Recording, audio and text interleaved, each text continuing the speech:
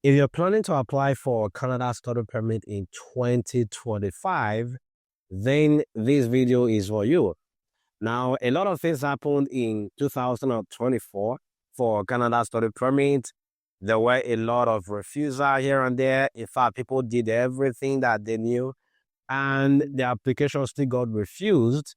In fact, at some point, some people are already discouraged and they're saying, you know what, Canada, take a country. We are going to try another country, okay?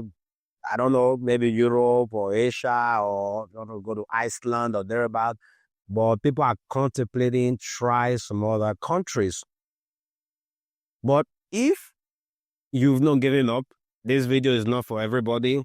Specifically, if you plan to reapply for 2025, if you're not giving up on your dream, this video is for you. But if you think that, yeah, I've had my own, I'm not gonna apply, I want to try Europe, best of luck to you.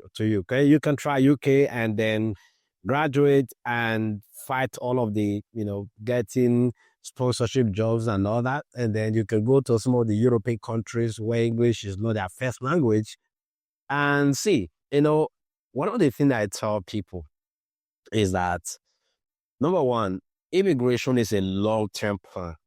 Okay, it's not just to say I've left my country. There are many people in Europe that have reached out to me and say, Peter, I finished my study there, but it looks it's impossible for their immigration pathway, especially because I can't speak their language. I mean, you can get work permit, but staying long-term, getting good jobs can be very, very tough. It is possible. There are thousands and millions of immigrants in Europe. So if you want to give it a try, of course, do.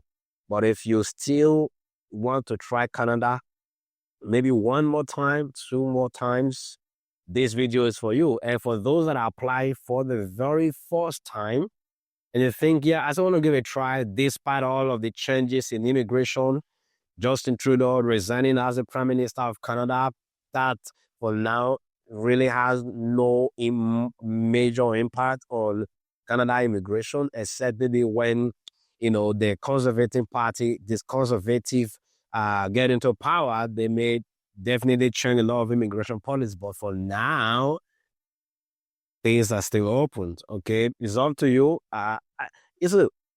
Before I talk about those 5 things we can consider doing, just know that Canadians will have Canadian as number one priority. So the immigration, their priority is not international students, it's not immigrants, okay?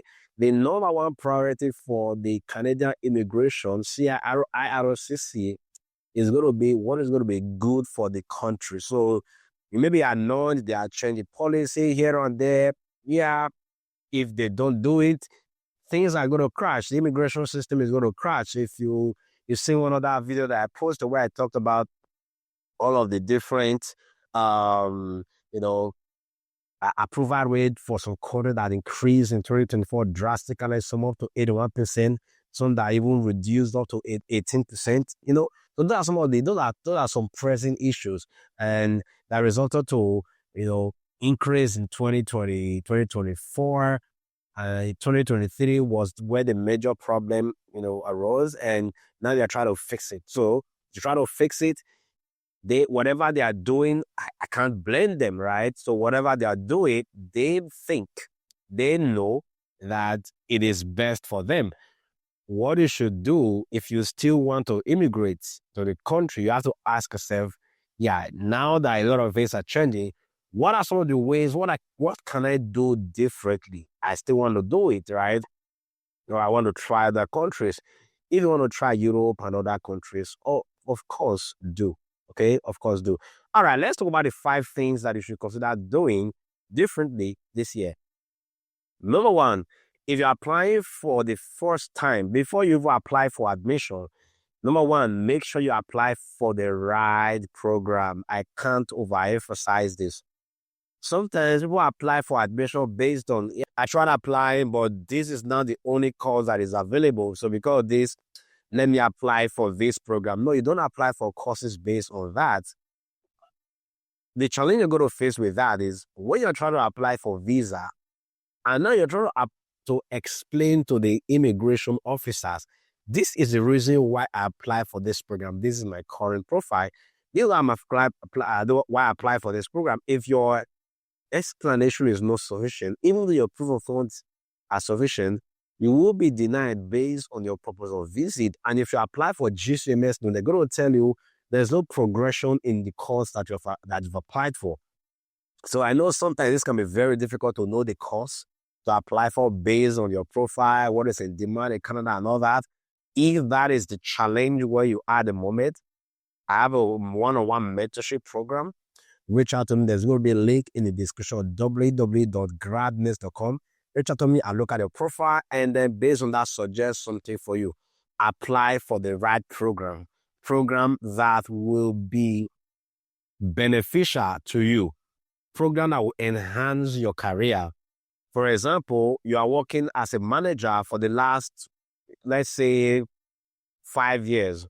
Now you apply for a diploma in business. I mean, people don't even apply for business again because it's not even eligible for postgraduate work permit. I'm talking about diploma then. And they try to think about, you apply for a 2 years diploma, you've been, a manager for the last couple of years with big positions. So that is not going to enhance your profile. Maybe an MBA or a master's in management may be preferable for you, right? Maybe data analytics, if you use that as a manager. Okay, so think about the course I'm applying for. How can I justify it? So think about story before you want to apply for that. Think about what am I currently doing, number one, and then how am I going to build the story? If you have to build the story, good. If you apply for admission last year and you've deferred to this year, it means that there is nothing you can do. I assume that before you apply for that particular course, you already know that you can build your story around that. Very, very important. Okay, think about how that course is going to be beneficial to you. The second thing I would advise you to do, this does not apply to everybody, is paying as much tuition as possible. Okay, if you want to pay half tuition, pay. Now there are some schools, in fact, some colleges these days, they will even ask you to pay half tuition. Okay, some universities will tell you to pay like $500, $1,000, $2,000 deposit. They may not require you to pay additional tuition. In cases like that, you can confirm from the school, is it possible for me to pay additional funds, additional tuition? If they don't allow it, leave it out. If you're applying for colleges and they ask you to pay tuition deposit of $2,500, my advice to be pay at least first semester tuition, and if possible, pay full tuition. If possible, pay full tuition.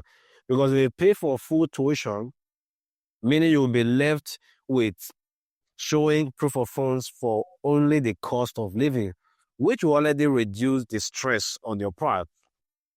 Meanwhile, IRS don't really care where you get the funds to pay your tuition. If you have family member, uncle, aunties, siblings that want to send money to you, but you don't want to have problem of lump sum, you can tell them that, let them channel the money to your tuition, and then you can pay tuition. That reduces the work. So that is the second thing I should consider doing this year. The third thing you should consider doing is start planning your finances now. If I say now, I say now. Like right now. I've seen situations where people get admission, and then they want to apply for visa next month. It's not that thinking about the bank statement that they want to use. And then you come with the bank statement and you feel like, the bank statement in the last 3 months, the balance has been low, right? And now you want to just put all of the funds from your sponsor, from your business into account for just that 1 month. It may not work. So what do? Start planning it now. What bank statement am I going to use, right? Are there funds inside? The course I want to apply for, what is the potential tuition? Most tuition these days, around 17 to 20,000 for colleges. Universities can be as much as, 22 to about $25,000 to $26,000 per year. So you can plan based on that. in terms of the amount that you need to show for your proof of funds, 1 year living expenses plus 1 year tuition minimum. If your program is 2 years, you must show minimum of 1 year tuition, 1 year cost of living, right? If your program is 4 years for BSc, minimum 1 year cost of living, minimum 1 year tuition. If you can show 2 years, better for you. So do that. Start planning finances and the bank statement you're going to use very early. Number 4, if you are not going to be sponsoring yourself, start planning. Who am I going to use as sponsor? Very early. It's not when you get admission, 2 weeks to application, thinking about, I want to reach out to my uncle, I want to reach out to my aunt. And at the end, you reach out to them and they say, yes, I have $80,000 in my account. And then by the time they should send the account to you, the account is like roller coaster. It goes up, down, up, down, up, down. That may not necessarily work because you need a stable account. That's why you have to start planning early. The 5th thing that you should do, which I think is very important, but unfortunately it is not available in the country, is to apply for GIC. GIC stands for Guaranteed Investment Certificate. It is not available in all countries. So basically how it works is that banks in Canada, Scotiabank, CIBC, TD Bank, RBC, all of these banks, they have student GIC. What it means is that for your living expenses of $20,635 for one person, you can apply and then they will send you payment options, payment instruction. Your bank in your home country, they would debit that account or they will tell you medium of maybe to pay through USD or whatever currency. Now, that funds will be in your account in Canada. Now, this is what this does, okay? It means that this money is for you, right? Even though your uncle, your aunt, your sibling, they are borrowing you money, you can put the money in the GIC, not borrow. They are gifting you. I don't want to use the word borrow, okay? Yeah, borrow is not, they don't like the word borrow. They are gifting you the money, which means that they allow you to use the money for whatever you want to. It's yours, right? In situations like that, I would say, do that. Put the money in the GIC. Although you have to be aware of the caveat with GIC. What they will do is that they will lock the accounts and they will divide the funds into 12 months. Okay, when you come to Canada, if you put $20,000, they will divide it into 12 and start paying you around 1,000 something, around 1,200 or thereabout Canadian dollars every month that we're paying into your account. When you apply for this, if you pay your full tuition and you do your GIC, it means that you don't really have anything to worry about finances again. The only thing you need to now think about is going to be traveling expenses, of course, with $5,000, $6,000 to $10,000 for living expenses. You should be good for that. Okay, so now if you have people that are gifting you money and they deposit this money in your account and then you put this money in GIC, it means the money is safe, it's secure, right? So you don't really worry about lump sum because this money is out, it's already in Canada. Tuition is already in Canada. That is the gold mine for 2025. I mean, this may not be feasible for a lot of persons because I know it is expensive, pay for tuition, doing GIC, but when you apply for visa, that is the expectation for the immigration officers.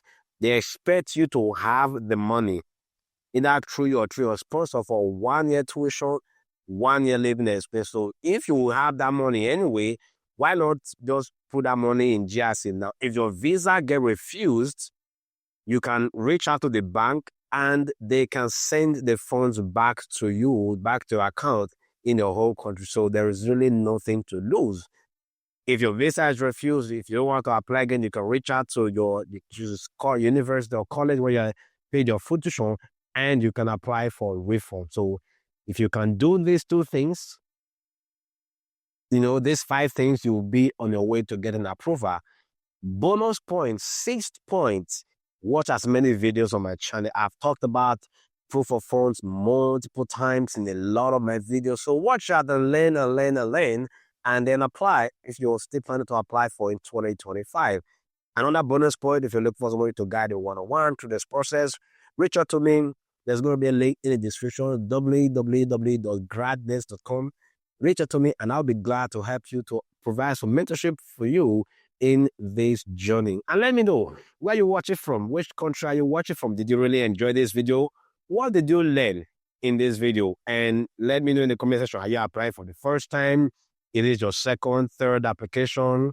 What do you plan to do differently? More of the things that I've mentioned, what do you plan to do differently? If what you plan to do differently is not among what I've listed, please let me know in the comment section. I'll review that. And if there are any other videos you want me to talk about, list the title of the videos you want me to talk about in the comment section, and I'll do videos on that in the coming weeks.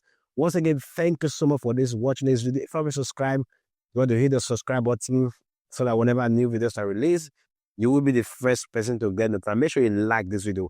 I'll see you in the next video. Cheers.